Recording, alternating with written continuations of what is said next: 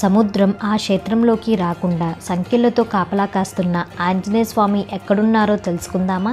ప్రసిద్ధి క్షేత్రాలలో ఒకటి ఒడిశాలోని పూరి జగన్నాథ్ దేవాలయం. ఈ క్షేత్రంలో ఆంజనేయ స్వామి దేవాలయం కూడా ఒకటి ఉంది. ఈ ఆలయాన్ని దరియా మహావీర దేవాలయం అని కూడా పిలుస్తారు. ఈ ఆలయంలో ఆంజనేయ స్వామిని సంఖ్యలతో బంధించి ఉంచుతారు.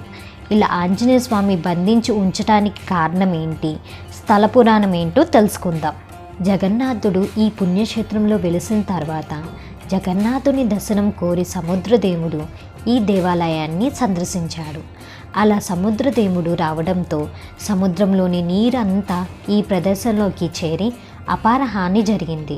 అక్కడ ప్రజలు సముద్రుడి నుంచి తమని రక్షించమని జగన్నాథుణ్ణి ప్రార్థించారు.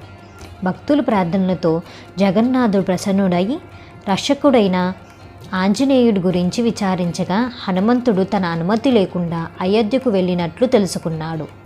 దీంతో ఆగ్రహించిన జగన్నాథుడు ఈ క్షేత్రాన్ని పగలు రాత్రి కాపలా కాచే బాధ్యతను ఆంజనేయుడు మరిచిపోయాడని భావించి ఆంజనేయుడి యొక్క కాళ్ళు చేతులను పగ్గంతో కట్టివేసి ఇంక ముందు ఇక్కడే సదా వెలిసి ఉండు, ఈ క్షేత్ర ప్రదేశంలో సముద్ర నీరు దరిచేరకుండా కాపలా కాయి అని చెప్పాడంట.